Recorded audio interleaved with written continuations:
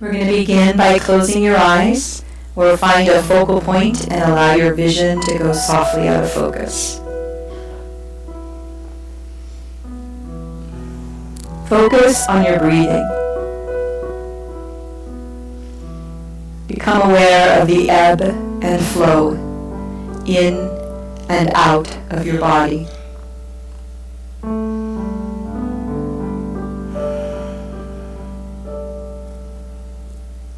Be aware of the ebb and flow in and out of your body. When you're comfortable with your next exhale, allow the tension to leave your neck and your shoulders.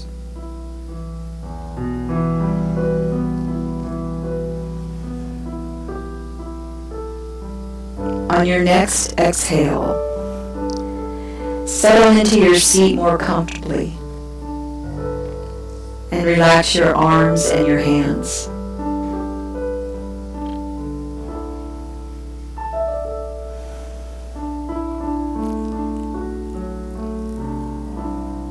On your next exhale, allow your lower body to be soft and at ease.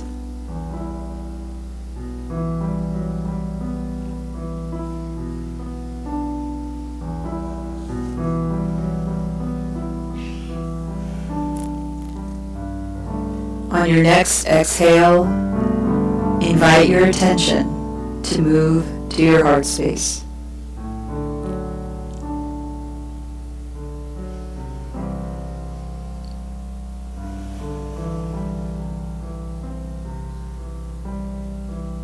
Now, as you breathe in and out, be aware of the divine spirit that is within you.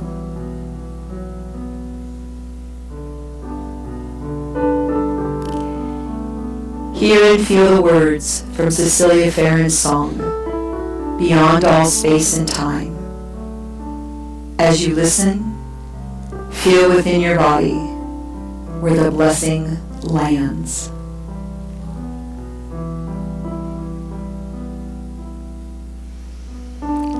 The breath falls into the body, and the thoughts fall out of the mind.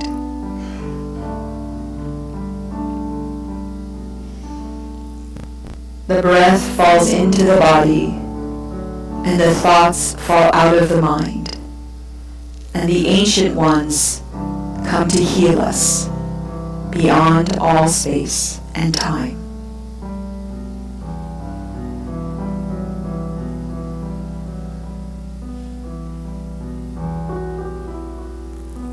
The breath falls into the body, and the thoughts fall out of the mind, and the ancient ones come to heal us beyond all space and time.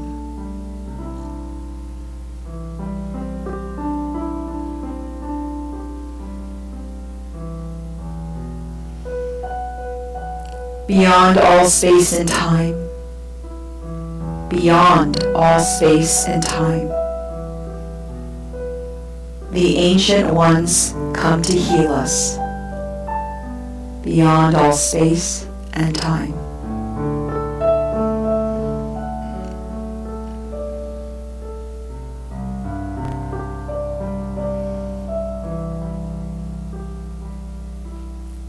We heal 7 generations back. We heal 7 generations forward.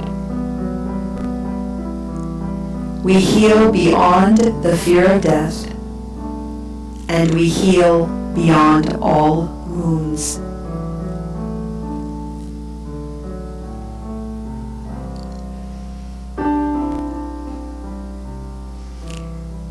We heal 7 generations back. We heal 7 generations forward. We heal beyond the fear of death, and we heal beyond all our wounds.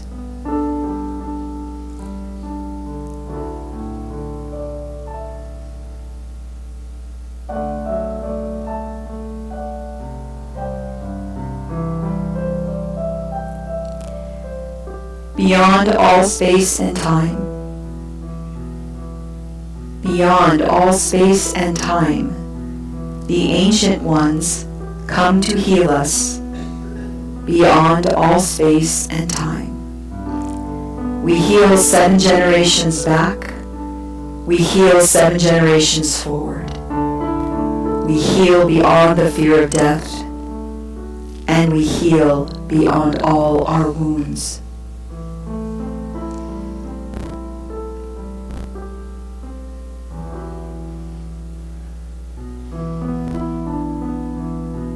Ancient ones come to heal us beyond all space and time.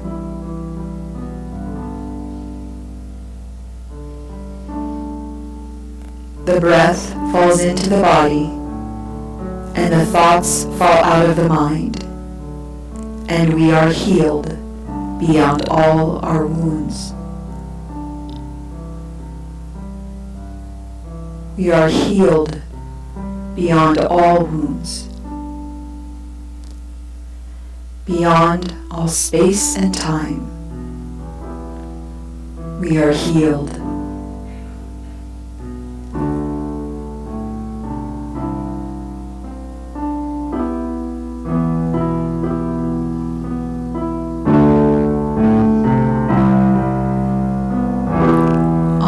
So when Reverend Richard Rogers moved to a new ministry and the Board of Trustees offered me this job of Special Ministerial Administrator, I was thinking in terms of nuts and bolts, of keeping the church on its trajectory of love and service to all our members and the community. I assumed my job was to keep the wheels on the bus going round and round. But when I met with Richard privately to make sure I had a handle on all that I would need to do, we discussed my number one priority of my job. Pray for the church every day. I sort of rocked back into my seat as I realized that I was being entrusted to keep the high watch, to be spiritually motivated and instructed by the divine for the highest and best for Unity of Prescott. It was a responsibility I took to heart. And as the weeks unfolded, what I saw happening was a collective commitment by the staff, the Board of Trustees, the volunteers, and the members of the church to continued growth. There was an aura of dedication that until a new spiritual leader, a new minister, was guided to us, collectively, we would keep up the good works of Unity of Prescott.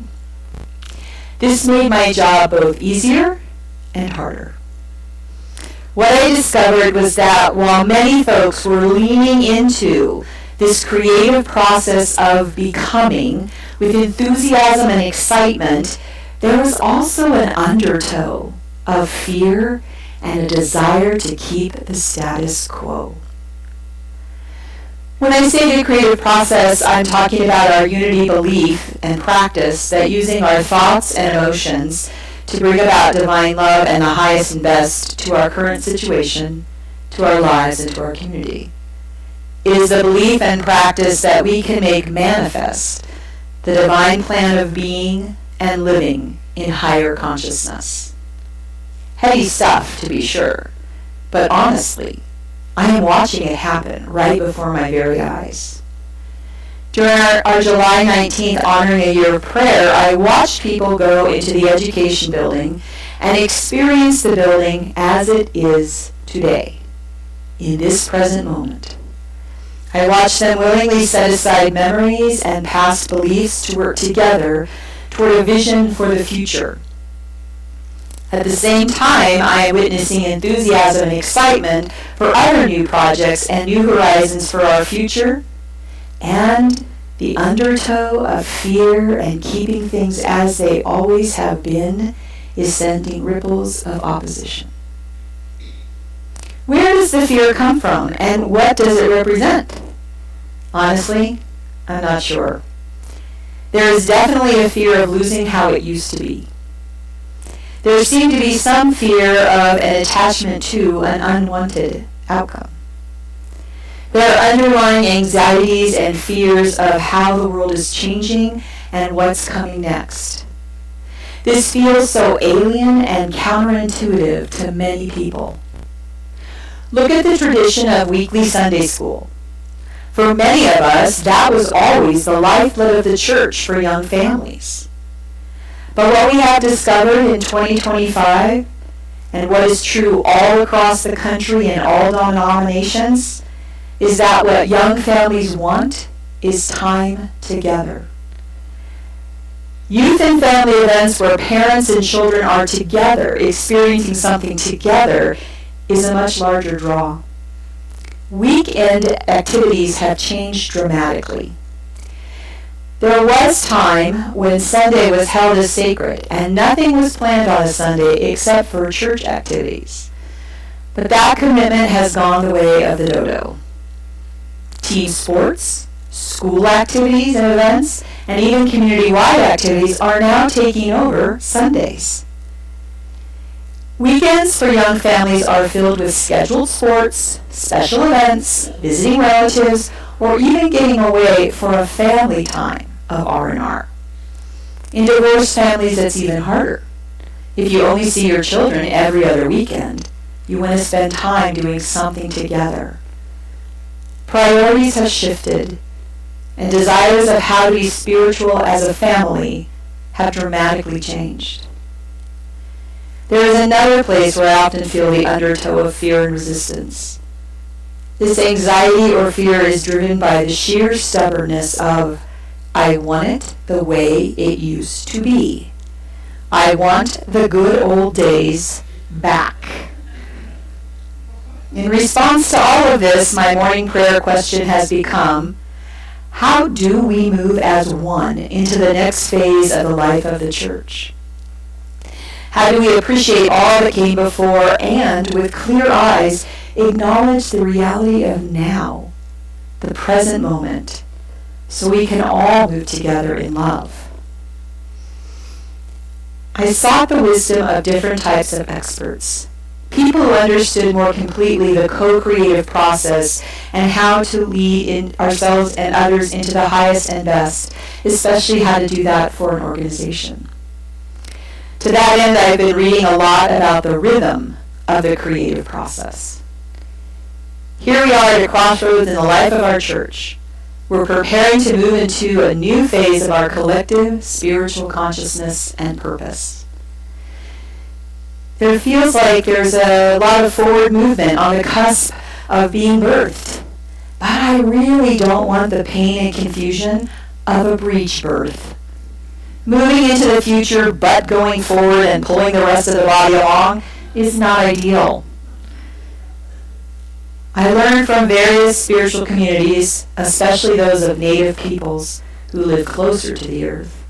The highest and best comes when we cooperate in the rhythm of divine flow. They understood nature brings us incredible wisdom, and the best way to experience divine flow is through the natural world. The Greek philosopher Heraclitus said, the only constant is change. This is especially true of the earth. We all know our natural world moves through seasons, and the lives of animals and plants change each season. Just as the seasons change, so do the circumstances of our lives.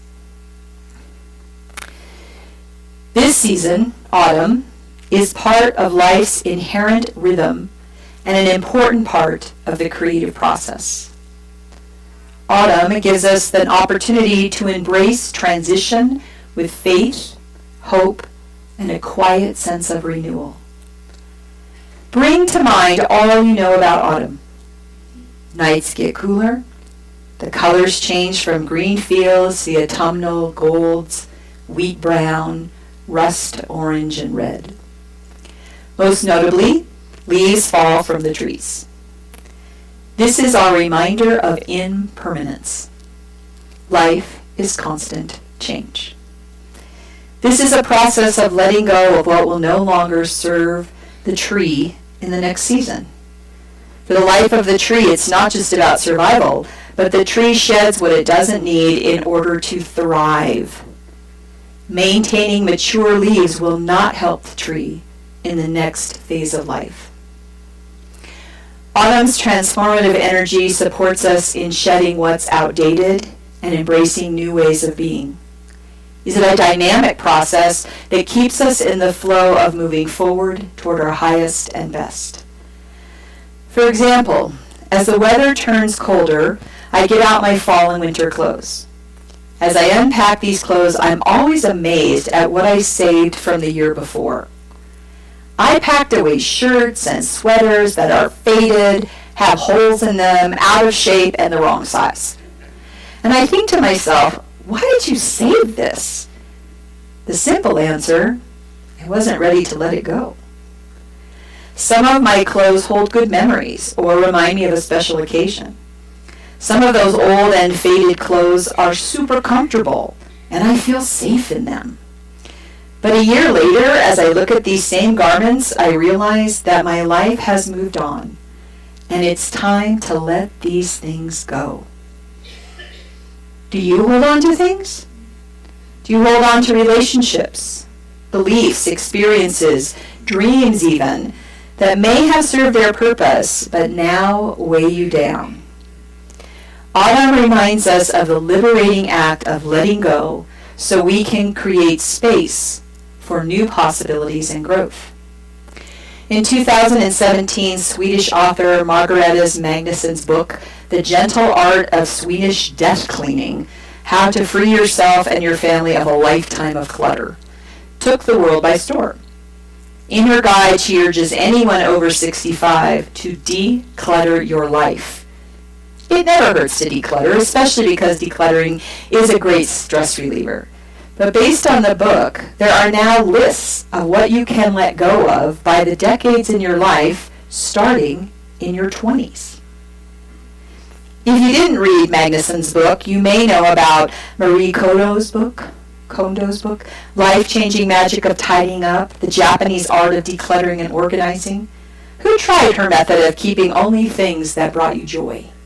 Right? You held it up to, does this bring me joy? No. You let it go. Beyond Swedish and Japanese authors, decluttering is a hot topic. From American authors, we have Keep the Memories, Lose the Stuff by Max Paxton, Decluttering at the Speed of Life, Winning Your Never-Ending Battle with Stuff by Dana White. There's even a Decluttering for Dummies book now. The idea behind all these books is to live a life free from objects that no longer serve you. Why is this so important? Why all this emphasis on letting things go? Because it is necessary so you can embrace the present moment. When we surrender the old, the outdated, those things that are no longer needed, we free ourselves from the burden of the past. This is also true of emotionally letting go of old wounds, grudges, and pockets of unforgiveness.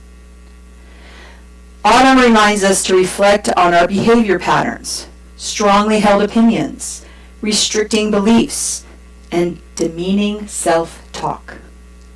Spiritually, autumn's falling leaves can remind us it's okay to let go of things, beliefs, ideas, and habits that no longer serve us. When Reverend Rogers and his wife Jill were getting ready to move from Arizona to Florida, they employed a unique insight into their packing.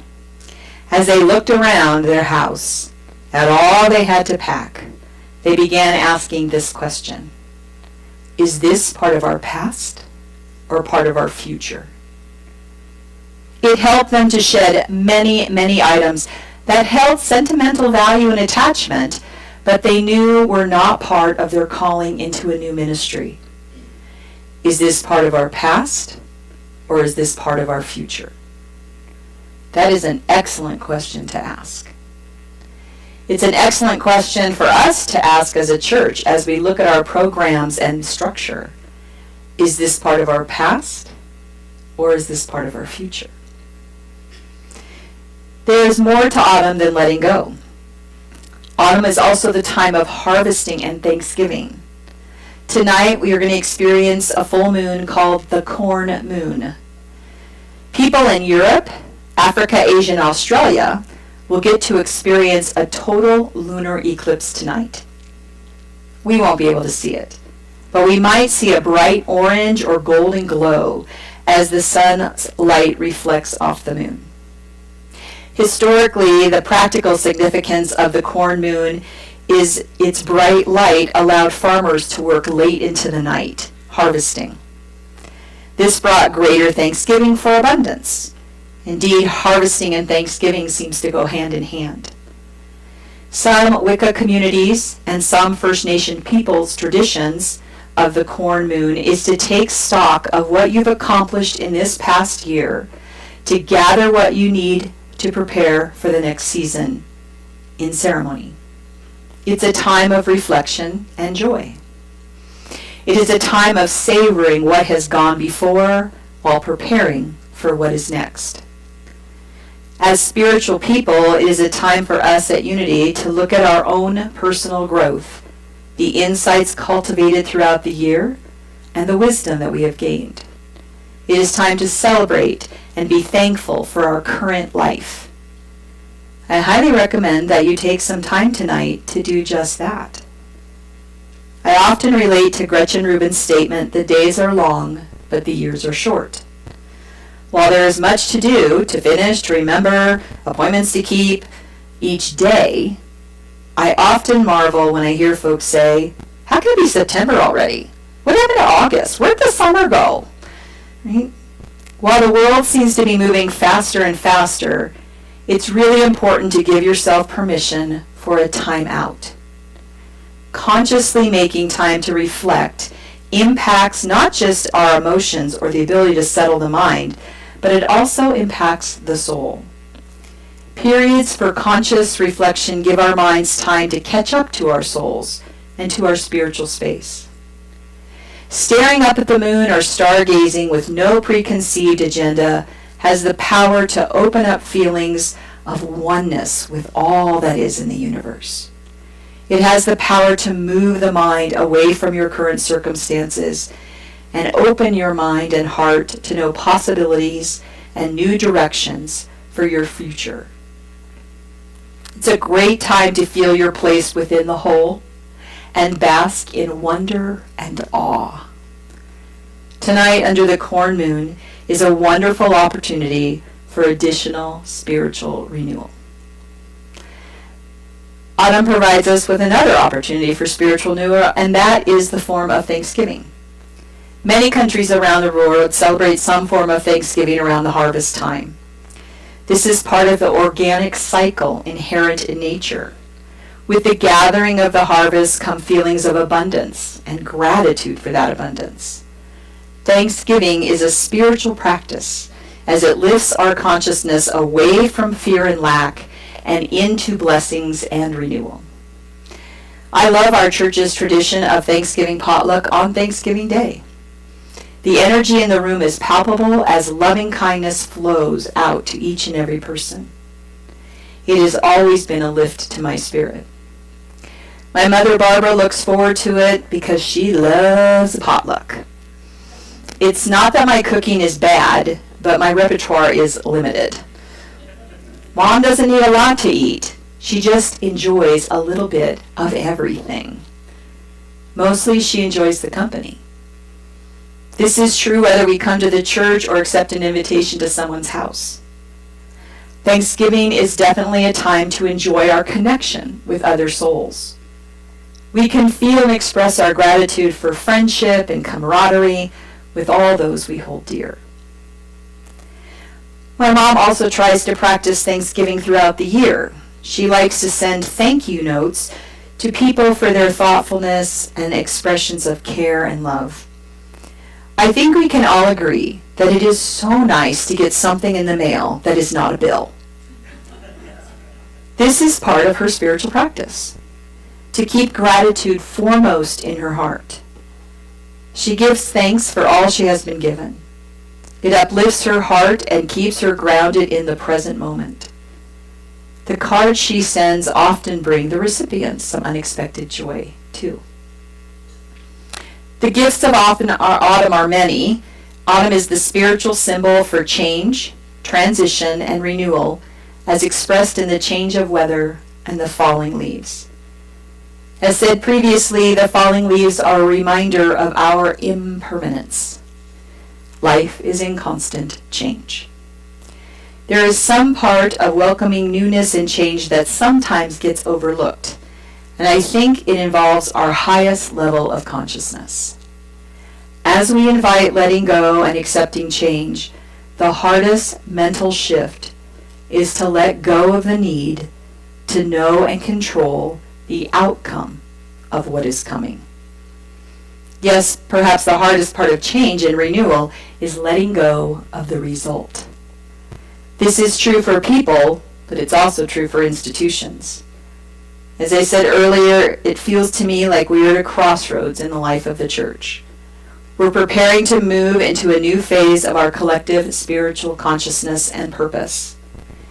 There are many people throughout the congregation supporting, assisting, and planning for those changes.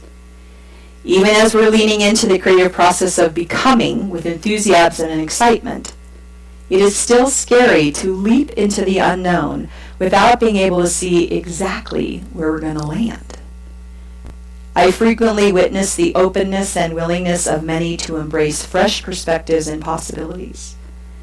At the same time, we need faith in divine right order and trust in divine wisdom to know what to let go of so that we are living in the present moment. We must look into the future rather than hanging on to the past, expecting old patterns to return. If there is something to let go of, we can release it with joy. There is wisdom in letting go and trusting that what is meant to stay or return will do so in its own time. Autumn embodies a transformative spirit, inviting you and me to reflect and to reconnect. Autumn is the spiritual symbol for change, transition, and renewal. Autumn is a good time to trust change. As the leaves fall, it can remind you it's okay to let go of things that no longer help or serve you. Let go. Start fresh. Embrace transformation with an open heart, understanding that each change brings with it the promise of renewal and growth. As you let go of those things, people, beliefs, or habits that no longer serve you, do so with thanksgiving and a joyful heart. Autumn is nature's cycle of harvesting and thanksgiving. Through autumn experience, you can experience the profound shift in energy. Letting go, making the leap into the highest and best with a thankful heart, and no expectations or designs on the result, will bring you into renewal. Renewal, in turn, will prepare you to manifest the next steps in your life. The best way to do this is to give yourself permission for a time out. And tonight, let's moon gaze. Make this a night for conscious reflection and give your mind time to catch up to your soul. Create a space that helps you reach your spiritual best. Here are my instructions for using the corn full moon to do some divine seeking. The moon won't be completely full till 2 in the morning. I'm not expecting you to wait for that. Right? Okay? First, what you need to do is prevent bug bites. As mosquitoes don't like me, that's not something I ever worry about, but my mom practically has to bathe in Skin So Soft insect repellent whenever we go out. Next, get comfortable, leaning back in a chair, hammock, or lying down. Let your gaze find the moon, or just stargaze with no preconceived agenda. Allow your heart to open up and bask in feelings of wonder and awe and oneness with all that is in the universe. Then listen to the message and insights of your inner wisdom, your intuition, or your spiritual guides. Finally, open your heart in thanksgiving for your life today, just as it is, and allow the wonder of the autumn corn moon and beauty of the stars to give your soul renewal. And so it is. Amen.